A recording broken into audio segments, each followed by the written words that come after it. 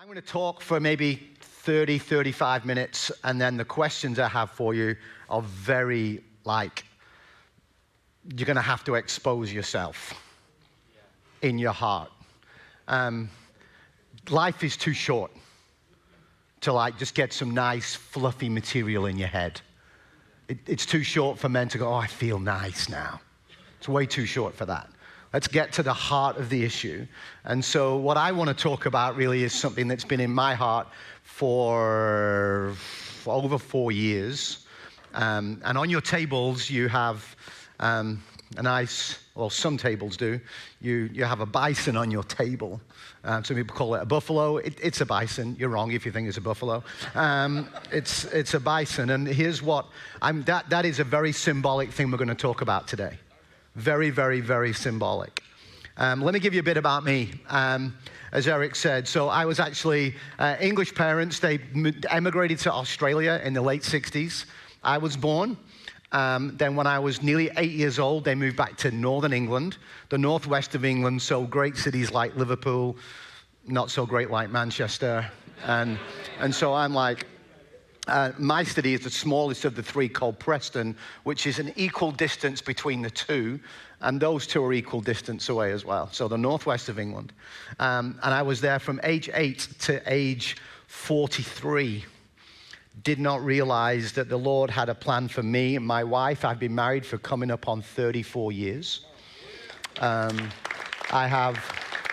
Thanks. Yeah, it's a Lifetime Achievement Award. I have 4 now adult children. I married all 4 of them. They range, my daughter's 30. She's married and has 3 of my grandchildren. And then I have 3 boys, 28, coming up on 26 and 24. My 24-year-old is a paramedic firefighter in Phoenix. My 26-year-old, these are all married, no kids for him. He's married to a children's ER nurse. That's trauma, paramedic firefighter and a children's ER nurse. And then my middle boy, Joel, he works for a company called Subsplash. He's sales. Joel's just a people person. He's also married to a nurse. Then my eldest son, Aaron, is our college pastor. And our college ministry, in the fall of 2021, we had 45 college students in our church. We are less than 2 miles from the center of Arizona State University campus. So that was wrong that we had so few. We're also not that long of a drive away from Grand Canyon University, a Christian school, vastly growing. So we've got a lot of that demographic. Aaron started as our college pastor in 2021, the fall. He started a ministry called Unified, which is a college gathering for worship, preaching, prayer.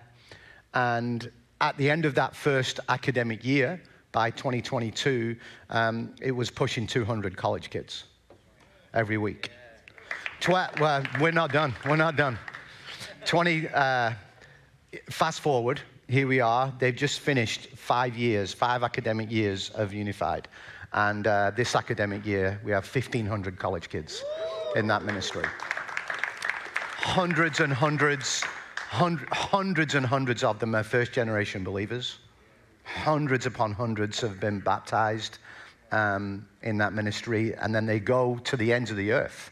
We get them for a window of time, and then they go back out of state everywhere. And it's just incredible, incredible. So I've been in Tempe, Arizona since 2015, so coming up on 11 years. And when I became the lead pastor of that church, the church was in a massive, steep decline. It was 50 years old, and it was one generation from death. And so we had to do a rescuing vision, and it took way longer than I wanted it to. It took over 5 years, 6 years. But in the last 4 or 5 years, there's just been this exponential growth, and I'll tell you why. Here is the secret to transforming a home, a church, a city. Here's the secret. Trust God and pray and do what he says. Done. That's it. So we were a church that prayed, and we became a praying church.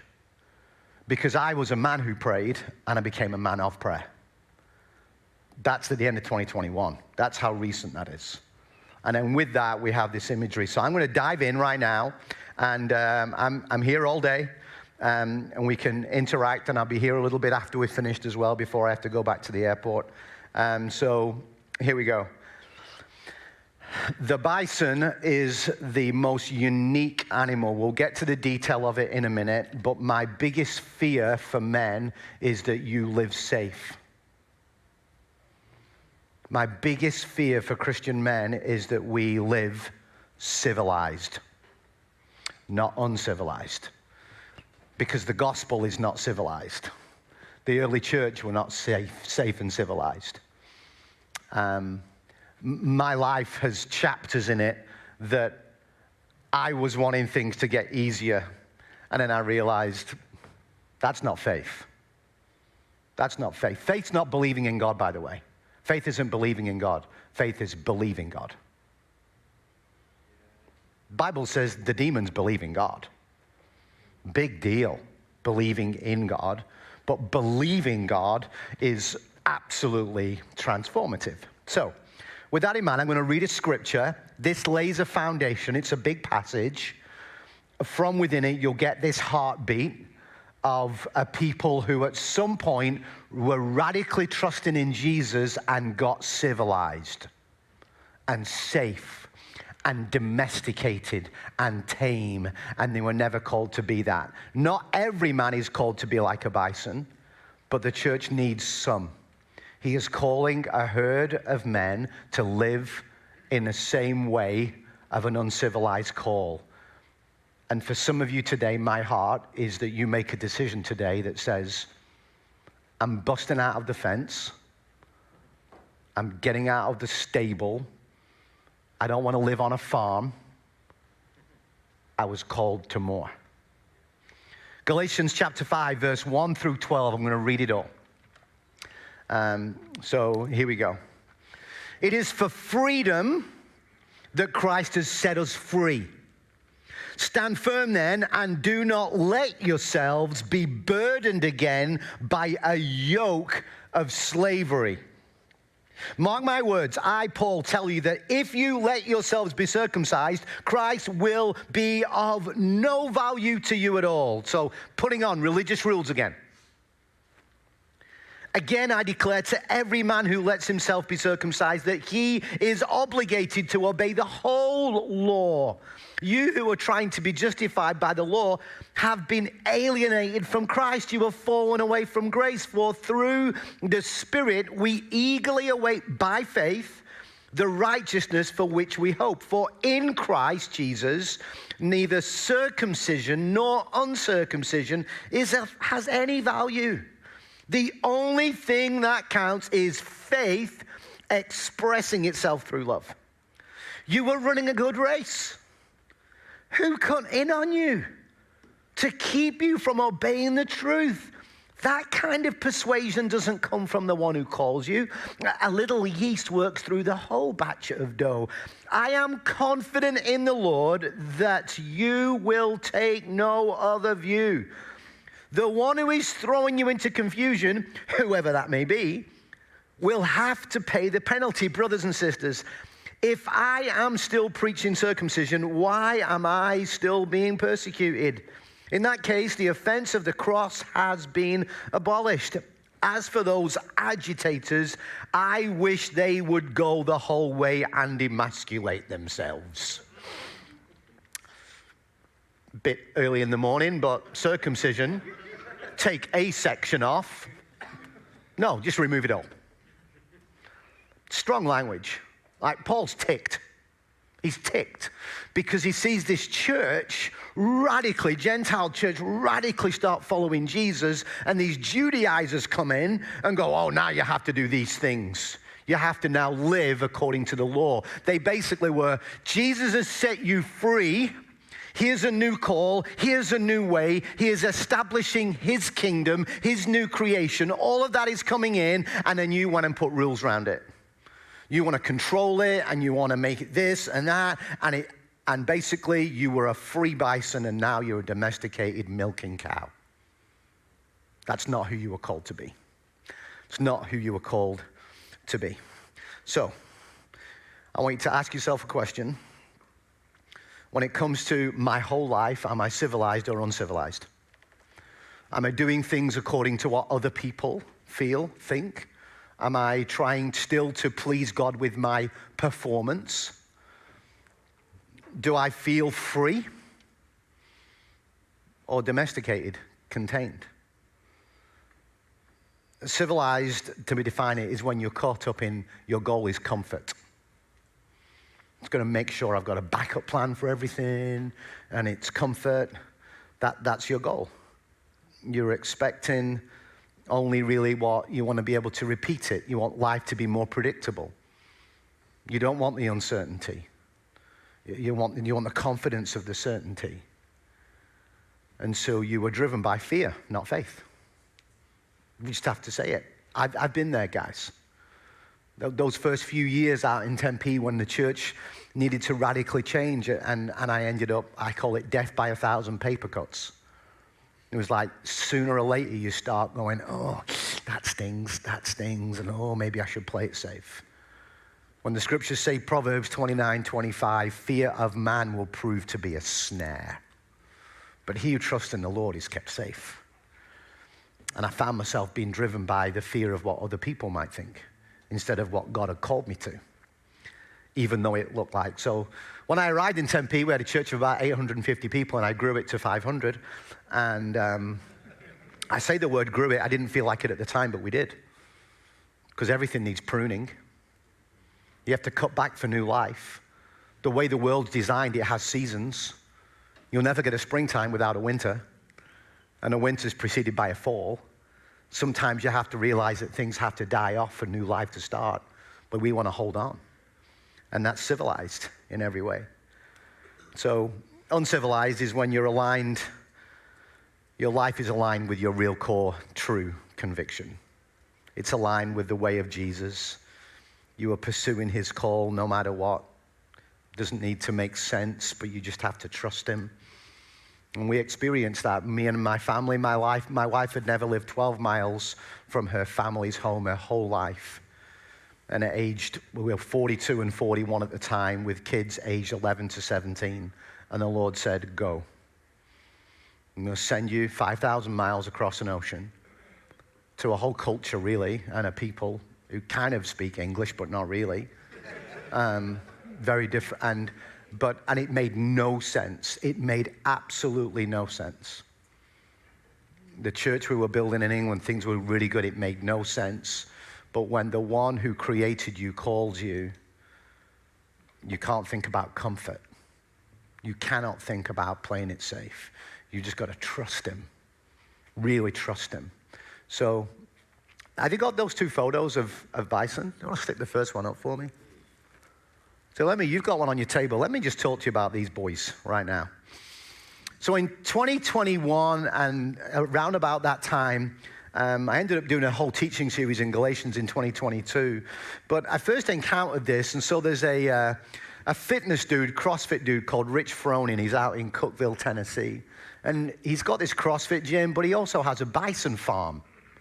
I'm like, weirdo? Like, what's that about? And he sells that, and the meat's really good, and da-da-da. And then it was from that he had this one little catchphrase, this, into the storm. And I went, what's all that about? And so, long story cut short, let me just unpack to you this particular animal and what is so awesome about them. And it's very masculine. And yet, I think one of the most incredible bison I know is my wife. She wouldn't want me to call her because a female bison's called a cow, and you don't call that to your wife. Anyway, so a bison, all right, on average, 1,800 pounds. Not too shabby, okay, on average. They're about 6 feet in height, a fully grown male bison. About 1,800 pounds, 6 feet in height. They're big boys. They can actually jump 6 feet up and forward. Like that. Oh, we kind of think they're like, just plodding around. They can move. They can really move. They can actually, on a go for it moment, can go up to 35 miles per hour. I'm like, oh, get out of the way. One of those boys is flying at you. They are designed to survive extremely low temperatures. A God design, extremely low temperatures. They are designed that if need be, they can swim. They're designed in such a way that what we need to realize is that they were free to roam, and they are at their best in the herd. They need one another. They're nothing like their relatives that are domesticated. They're designed to roam.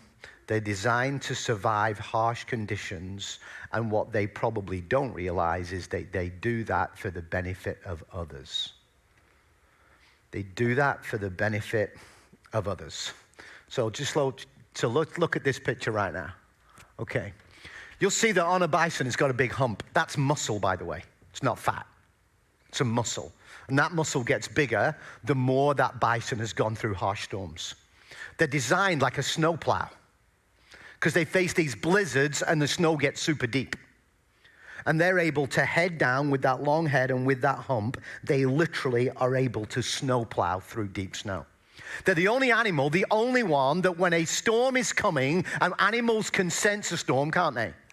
They're the only one that does this uniquely. Most animals, they can sense a storm coming, take cover, run the other way, get out of it.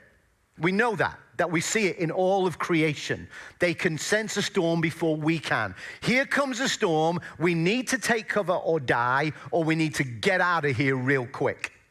Not the bison. They're the only one who turn and go straight toward it. They literally turn and go directly into the direction that the storm is coming. And they're designed to do that. They're not fearful of a storm coming. They come together and they are built for such a time as that.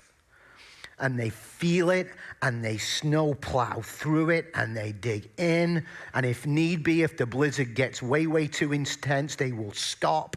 And the heat all around them will keep them, and then they will push their way through, often finding a creek lying of some time. And as the herd goes through that blizzard storm, through that snow, when the storm's coming this way, they're going that way.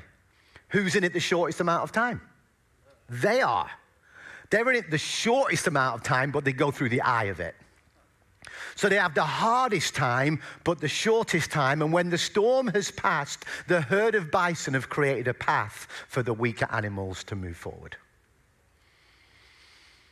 What they leave behind means those behind have a way to follow. So my question, men, is, do you have a purpose in your life that leaves a legacy for those behind you? And I'm talking right now, walking alongside you, that when the storms of life come, there'll be a people who will hit it head on and go, right, this is not just for me, this is for me and my people, and I have no clue that who behind may be following. And the impact of that. And I've seen this story unfold time and time again in the last 5 years. At Grace, of story after story of people just going, yeah, that person did this, and it made a way where there seemed to be no way. But instead of shouting at darkness, men, it never changes it. Have you realized that yet? Just shouting at stuff that's not going well, and it's bad, and it's dark, and the condition of the world, and has it ever changed it? Never. Somebody has to turn the light on in it. Somebody has to go into it with a new way. Somebody has to create a path in that situation, in that story. Some of you may have some generational issues going on. Maybe your dad, grandfather, whatever it may be. Well, what about drawing a fresh line and going, yeah, not me. It's not over. I'm going to turn and go headlong into that storm to be very uncivilized. Why? Well, do you want to hear about Jesus? Luke 9:51, when the days drew near for him to be taken up, he set his face toward Jerusalem. Said what? He set his face toward the cross. He set his face toward the main purpose for which he was sent. I just love that posture. Like he turned toward it and went, this is why I came. For the reason the Son of Man came was to destroy the devil's work, it says.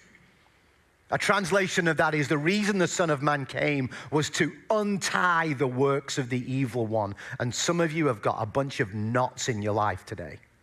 And you're all tangled up.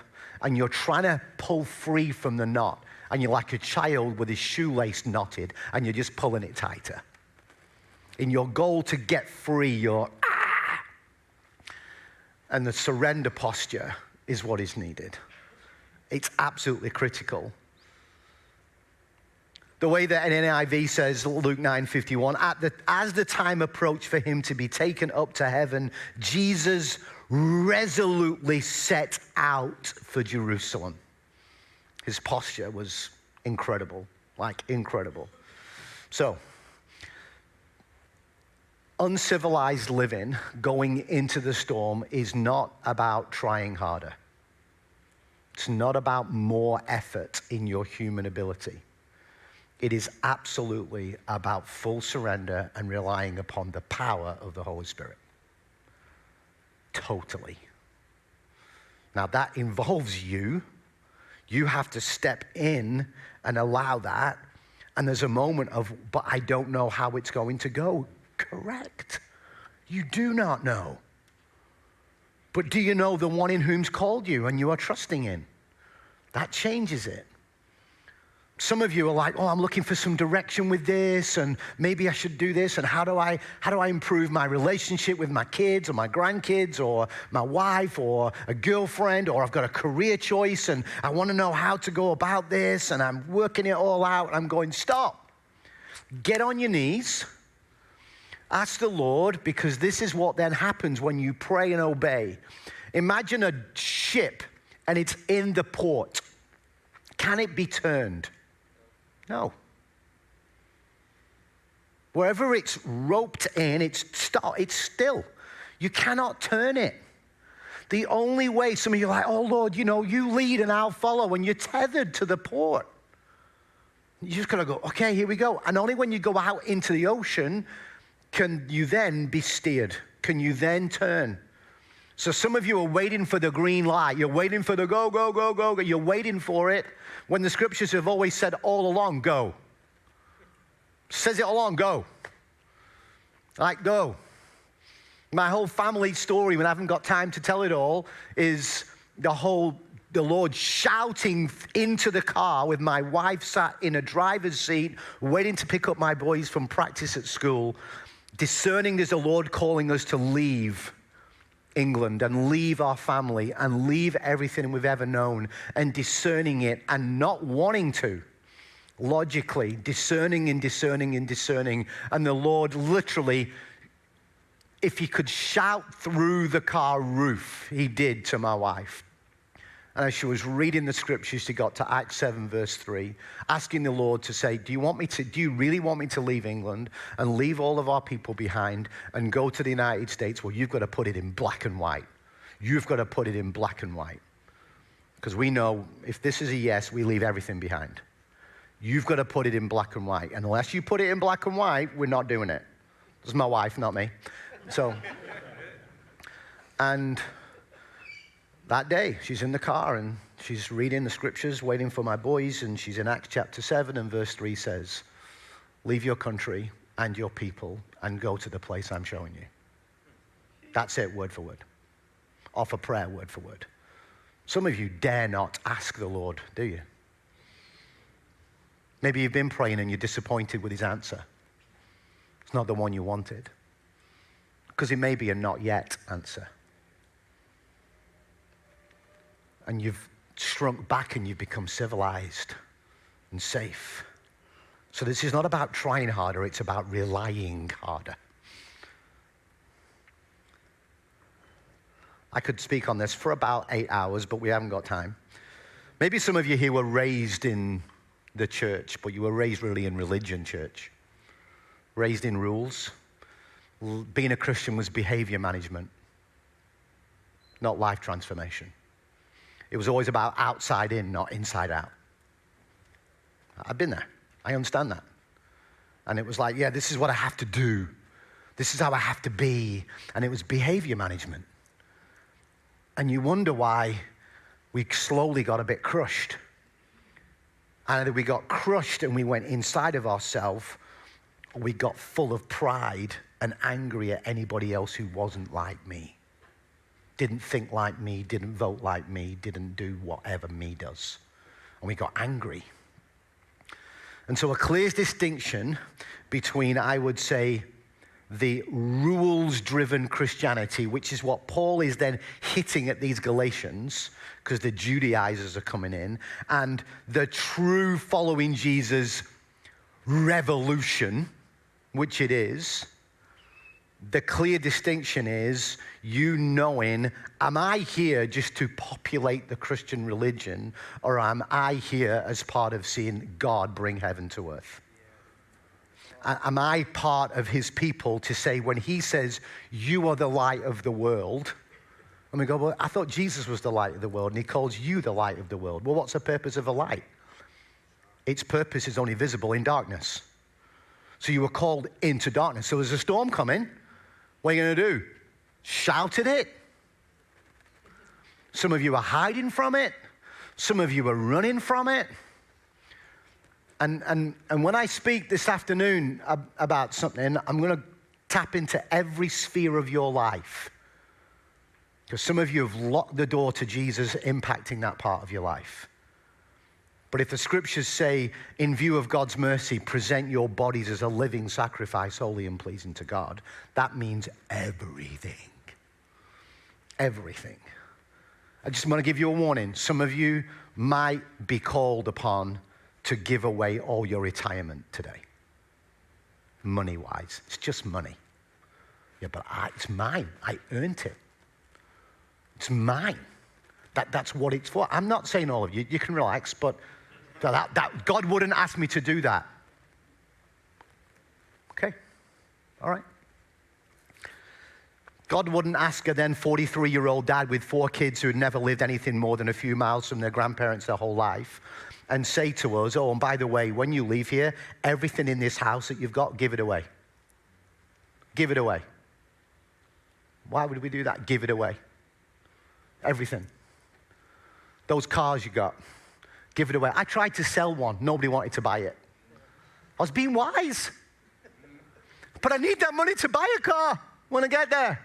So we'll give that one away, and then we'll sell this one, and that's just wise. Nobody wanted to buy it. It's a good little car. And it was my wife again, and she went, you know why no one's buying it, don't you? Because we're not meant to sell it. So let's pray to who we should give it to.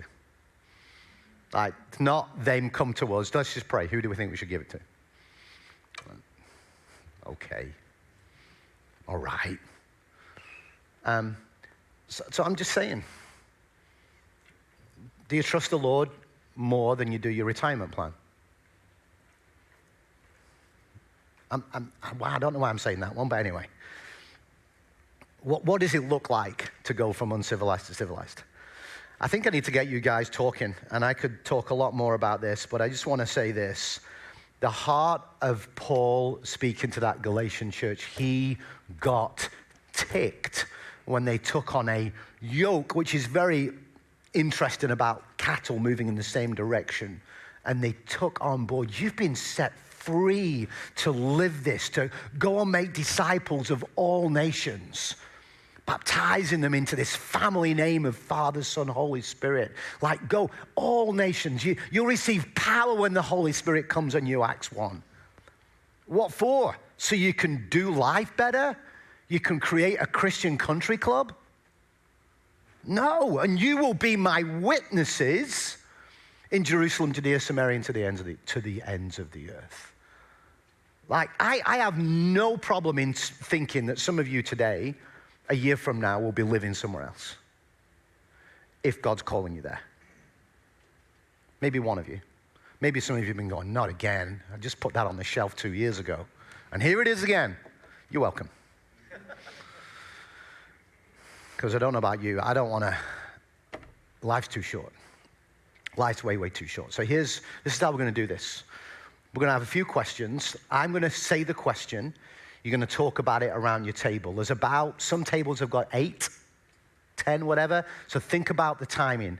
I run a men's gathering every Tuesday morning, 6 a.m. to 7 a.m. It's called Into the Storm. The Bison in the Storm one, that's on the big screen behind us, and we gather for 1 hour. We have 19-year-olds through to 86-year-olds, and everything in between. And at the start of the semester, it's about this kind of a number. And we gather, and I know some of you guys have a lot of words. As Eric said before, there's a way that this is going to work. Every single one of you needs to share. But I'm going to define that, and you're going to get, here's the good news. It's 30 seconds to max 1 minute on this first question. If you sense one of the guys is on a roll, yeah, politely and in love, say, thanks, brother, move on. If he still wants to talk, just punch him in the throat. He'll be all right. Then he can't talk, all right? Because this is really, and for some of you are like, no, I'd rather listen. Good for you. When the storms come in, you go ahead and take shelter. You'll never discover who you originally intended to be if you do that. So, are you facing your storms or are you running from them is a question. So here's the question you're going to talk about. A bison instinctively doesn't run away. Goes, for such a time as this, let's go. With others, let's go. So, where are you currently avoiding conflict or pressure, or even God's call? Where are you avoiding conflict or pressure? And how might facing it head on reveal more of Jesus to you, in you? Is there a part of your life where you are basically playing it safe? Or you're deliberately avoiding conflict, avoiding pressure, avoiding confrontation? You know it's there. Maybe it's a step out, whatever it may be. But what would it look like if today you go, what if I faced it head on? So just share the area. And so that could be around the table and one guy just goes, my wife's crushing me. Just leave it. No crosstalk, okay? The other one could be, my boss is bullying me. Another one could be, all my confidence is in my bank account. Another one could be, there's no wrong answer. So where is it where you are avoiding something uncomfortable, conflict, pressure, etc.? So you're just going to name the thing. There's no description, really. You're just going to name it, all right? So this max, it's really a max 30 seconds per person. So I'm going to give like 3 minutes just to share around the table, all right? And then when I jump in again, stop. If not everybody got to share, it's because one of you said too much. Do you understand? It's a simple question, yeah? Do you understand the posture? That's what it is. Go.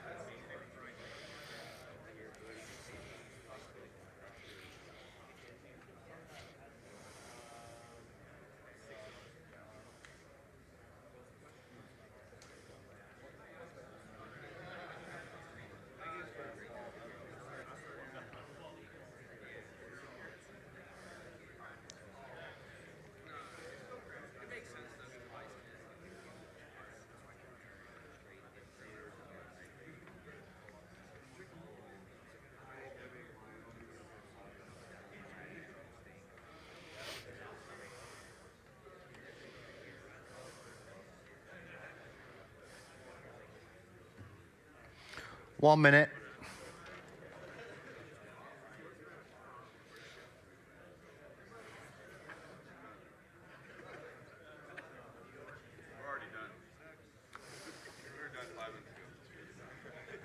Love it.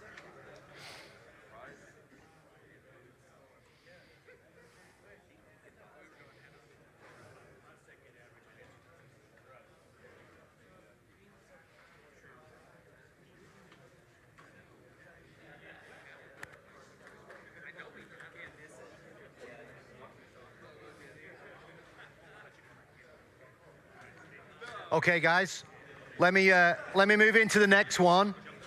Again, this doesn't need a huge amount of sharing, but what you are doing is you are bringing something that may feel like darkness and bringing it into light. So the scriptures say, don't let yourselves be burdened again by a yoke of slavery. It's for freedom that Christ set you free. So what yoke? That could be some bad habits. It could be a yoke of approval, performance. Up until today, it was a hidden sin. Religious striving could be in there. What are you tolerating? Because like, bison go headlong into it. No drifting, real clear purpose. And so I want you to just name it. What thing in your life, if you're honest, can cause you to feel more trapped than free? Again, it's not a counseling session, but just say it. Here's the truth in some of you declaring something. Somebody else on your table will go, oh, it's not just me. The enemy is trying to tell you it's just you. It's just you. He's a liar. He's a deceiver. It's just you. And I guarantee every single one of us in here has got a something that when we know, oh, it pulls us back away from the life of freedom that Jesus died for us for. And so what is it?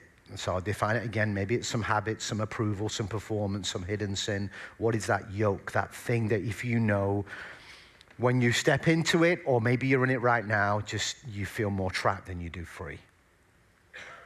It's more darkness than it is light.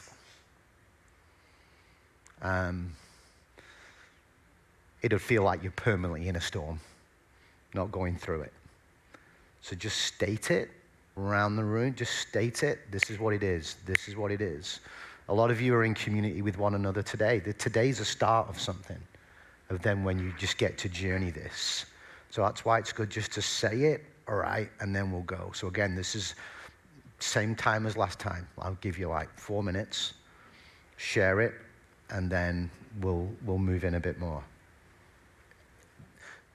Anybody here confused with the question? Please say so.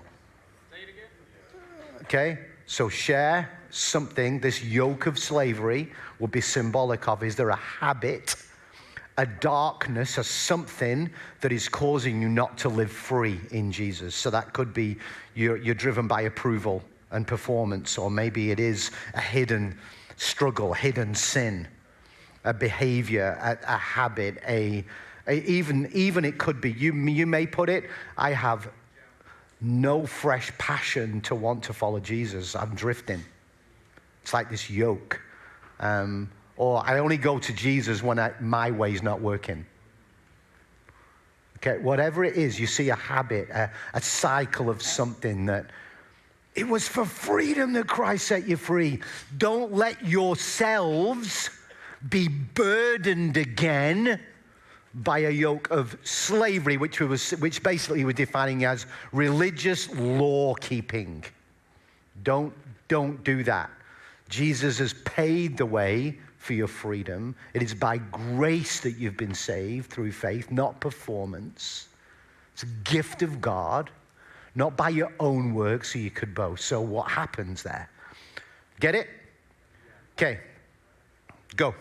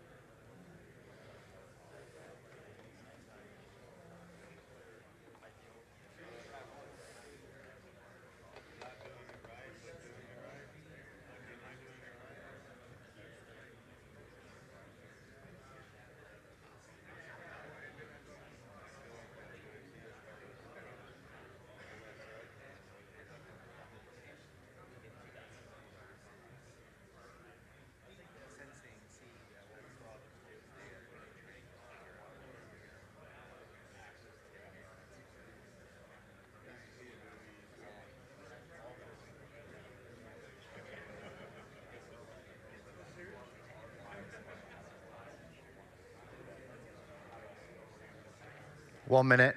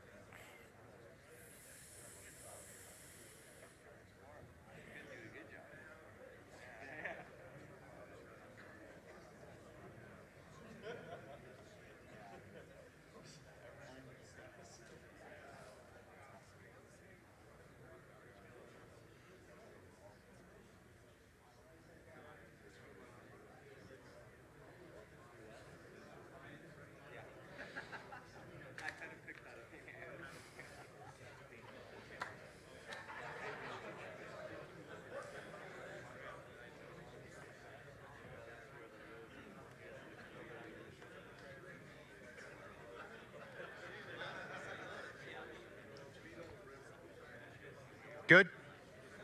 Okay. All right. If you didn't get to finish, you can then start again next time with this question. This is important. The scriptures were written to a people. So whenever you hear the word you, I know we can take it very just me, and that is valid.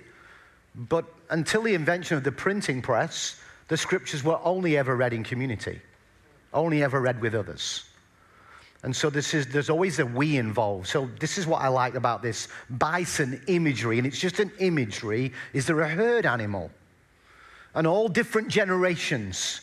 You know, you can go on YouTube and watch a herd of bison in Yellowstone moving, and there's all these tourists in their cars watching them all go by, and there's some big boys and some little kids, and they're just, as in bison, they're rushing down the street. And there's this generational thing going on.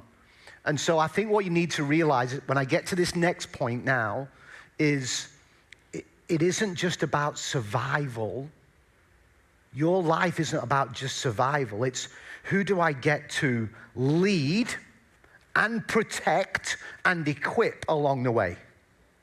How is my example causing others to go, oh, how is the way I'm living coming alongside somebody and going, we got you? For the purpose of them being able to do the same one day. Disciples who make disciples. This is the whole purpose of community and herd-like. And today I just may take a lid off something, and the discovery is the days and weeks and years ahead. So I'll remind you again, and this is where we're going to go a little bit more exposed. Romans 12, 1 and 2. Therefore, in view of God's mercy, present your bodies as a living sacrifice, holy and pleasing to God. This is your spiritual act of worship.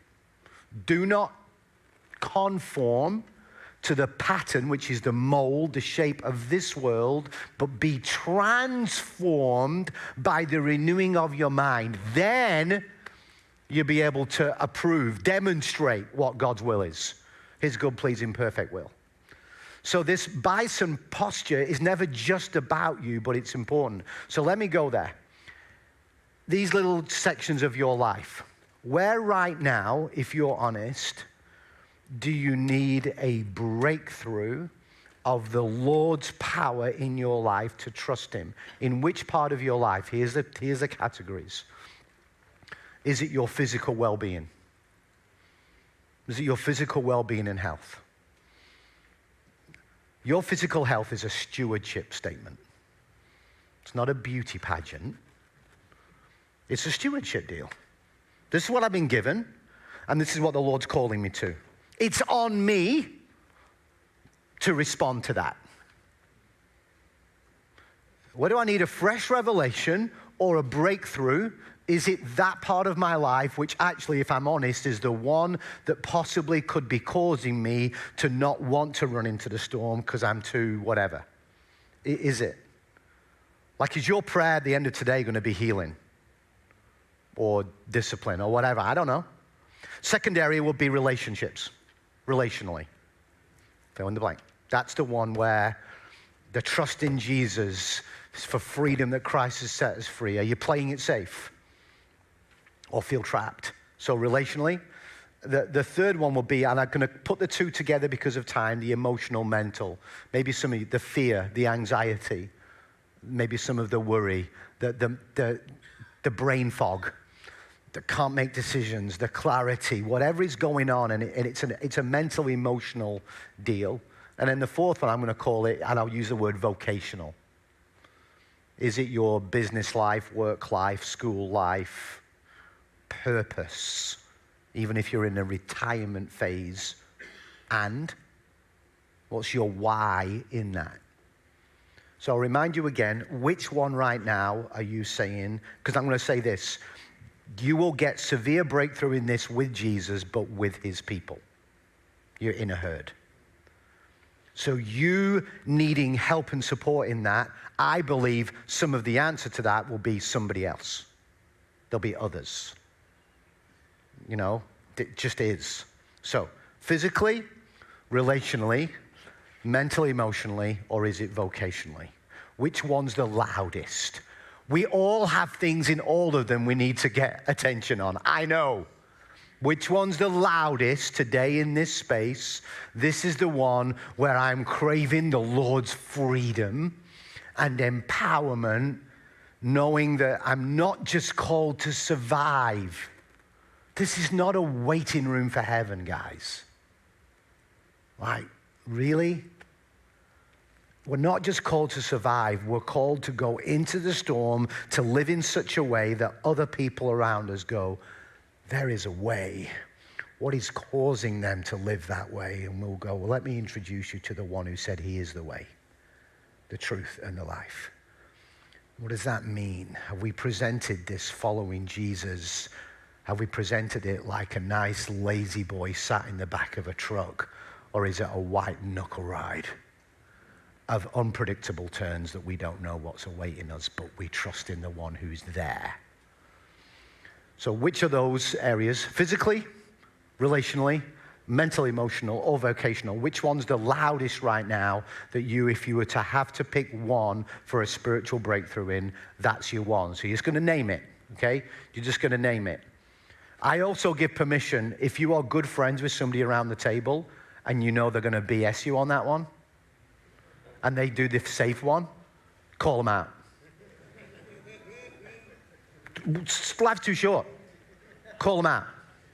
Like, just go, really? Oh, yeah, it is really. Stop it. If you don't know them at all, then only if it's a prophetic word from the Lord would I advise to do that. And even then, I would have that tested first. But you understand? Do you get it? Okay, this is super quick. You're just naming the category. You're just naming the one of whatever it is. And then I'll give you like 2 minutes, rapidly go around because time's gone. All right? And then it'll be whatever's next. Do you understand? Just call it out. We've got all day. Go.